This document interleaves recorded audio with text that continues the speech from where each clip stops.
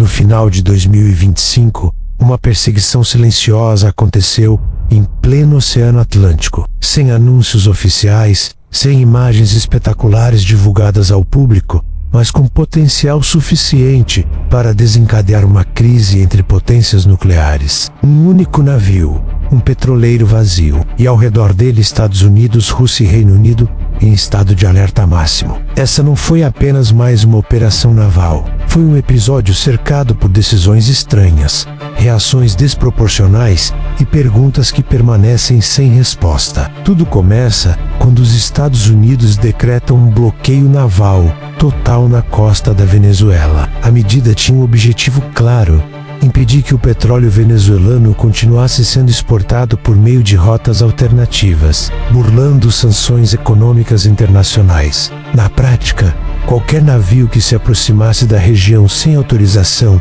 passava a ser um alvo em potencial. Foi nesse cenário que surgiu o petroleiro conhecido como Bella 1, oficialmente registrado na Guiana. À primeira vista, apenas mais um navio em rota comercial, mas os registros diziam outra coisa. Bella 1 já era conhecido pelas autoridades internacionais por envolvimento em esquemas de evasão de sanções ligadas ao Irã. Segundo investigações de veículos como o New York Times, o navio havia partido do território iraniano e seguia em direção à Venezuela, com a intenção de carregar petróleo e redistribuí-lo para mercados paralelos. Em 16 de dezembro, a Guarda Costeira dos Estados Unidos interceptou o Bella 1 no Caribe. A ordem era clara: abordagem imediata. O navio ignorou. Em vez disso, alterou sua rota e iniciou uma fuga em mar aberto. A partir desse momento, o que era uma simples fiscalização se transformou em uma perseguição naval de larga escala. O petroleiro abandonou completamente a rota venezuelana e rumou para o norte do Atlântico. Durante quase 20 dias, forças americanas mantiveram vigilância constante por meio de navios, aeronaves e sistemas de monitoramento marítimo. Mas o episódio ganharia contornos ainda mais delicados. No meio da perseguição, o Bella 1 mudou de identidade. O nome no casco foi alterado para Marineira, e uma bandeira russa passou a ser exibida. A tripulação entrou em contato com as autoridades, alegando estar sob jurisdição da Federação Russa.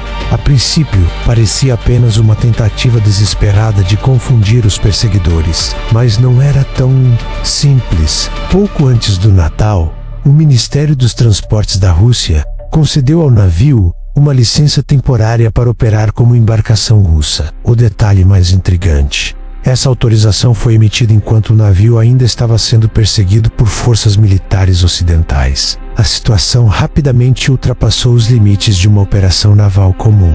Os Estados Unidos acionaram o Reino Unido, que ofereceu apoio logístico, vigilância aérea, uso de bases navais e até a disponibilização de um navio de guerra. Ficava claro que o caso havia se tornado um assunto de interesse estratégico internacional. Na virada do ano, Moscou entrou oficialmente com pedido diplomático. A Rússia solicitou que Estados Unidos e Reino Unido interrompessem a perseguição, argumentando que o Marineira navegava em águas internacionais sob bandeira russa e em conformidade com o direito marítimo. O pedido foi negado. Pouco depois, o discurso russo se tornou mais duro. O Ministério dos Transportes afirmou que o navio estava recebendo uma atenção militar desproporcional. Apesar de seu suposto status pacífico, a resposta britânica veio no mesmo tom.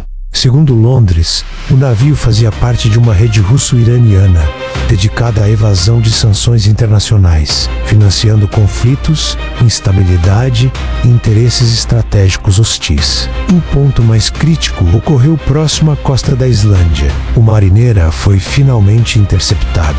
Informações da agência Reuters indicam que na região, uma frota naval russa acompanhava a operação à distância, incluindo pelo menos um submarino nuclear. Não houve confronto direto, mas o nível de tensão atingiu um patamar raramente visto desde o fim da Guerra Fria. E então veio a revelação mais desconcertante de toda a história. O navio estava vazio. Sensores de monitoramento marítimo, acessíveis publicamente, indicavam que os tanques do Marineira não continham petróleo algum, nenhuma carga, nenhuma gota. O petroleiro sequer havia chegado à costa venezuelana antes da interceptação final. Ainda assim, recursos militares massivos foram mobilizados durante quase 3 semanas. Isso levanta uma pergunta inevitável. Por que tanto esforço para capturar um navio vazio? Por que a Rússia concederia uma licença emergencial e deslocaria ativos militares para proteger uma embarcação sem carga? Por que os Estados Unidos manteriam uma perseguição tão longa e custosa se não havia petróleo envolvido? Do ponto de vista legal, a Rússia alegou violação da Convenção das Nações Unidas sobre o direito do mar, afirmando que nenhum país tem o direito de usar força contra embarcações devidamente registradas em águas internacionais. Por outro lado, analistas de risco marítimo afirmam que a operação americana não se baseava na bandeira exibida, mas sim no histórico do navio, sua rede de propriedade e seu envolvimento recorrente em esquemas ilegais. No fim, Moscou reduziu o tom e solicitou apenas que os marinheiros russos fossem tratados com respeito e repatriados. O incidente foi encerrado oficialmente sem confronto armado,